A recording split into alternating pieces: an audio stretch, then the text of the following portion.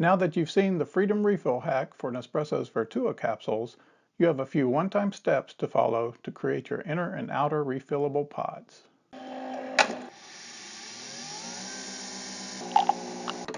Hi, this is Rob with Coffee Research Lab.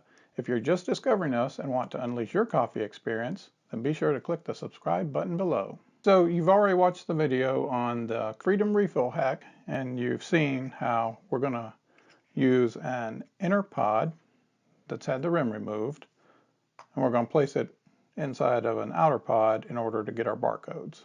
So that's the whole concept here. So in this video, we're going to talk about the pods and we're going to create these.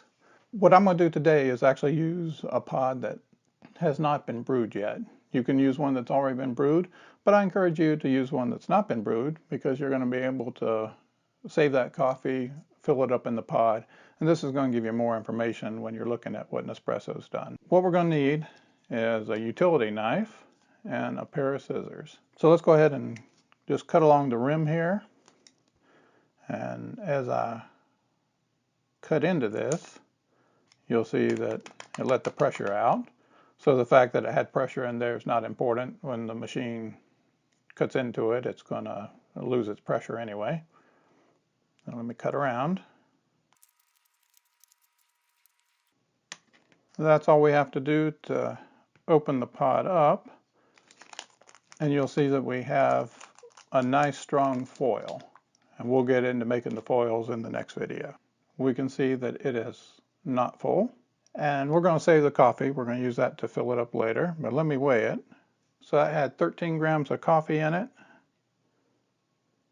And that's all there is to creating your outer pod. So now we're just going to continue and we're going to turn this into an inner pod. All we need to do is cut off the outer rim. So we take our scissors and carefully cut around.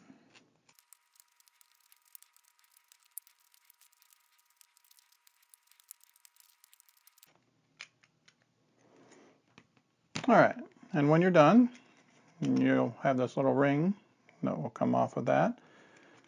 And we have cut the thickness off of that.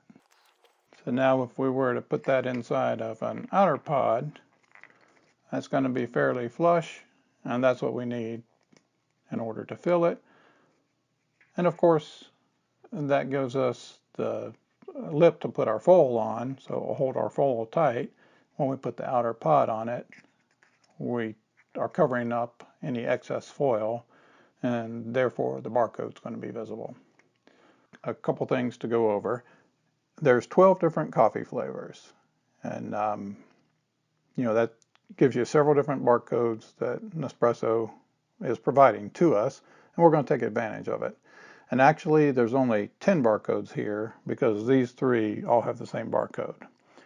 Then you've got your 4 espresso flavors. So you got 4 barcodes there. Now, since the introduction of the machine, they've come out with 3 more sizes. You have 2 altos, 4 lungos, and 2 double espressos. So that gives you more barcodes. And if you're wanting to be able to do all of these, have all the different sizes and brewing strategies, then that's what you're going to look for, is having a good collection of basically the barcodes. The inner pods, it doesn't matter which one you use as long as it's the right size. And as I told you, we have 5 different sizes of coffee based on the barcodes. But if we look at these, actually the alto and the coffee use the same size pod.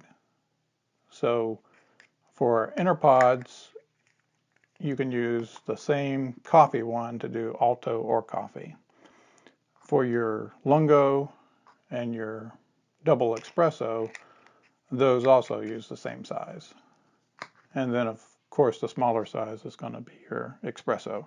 So you're only going to need to do 3 different sizes for your inner pods. Okay, so that's all there is to creating your outer and your inner pods. Again, this is one-time steps. After you've done this, you can create several of these. After you've got these available to you, then all you're going to have to do is rinse them out and reuse them.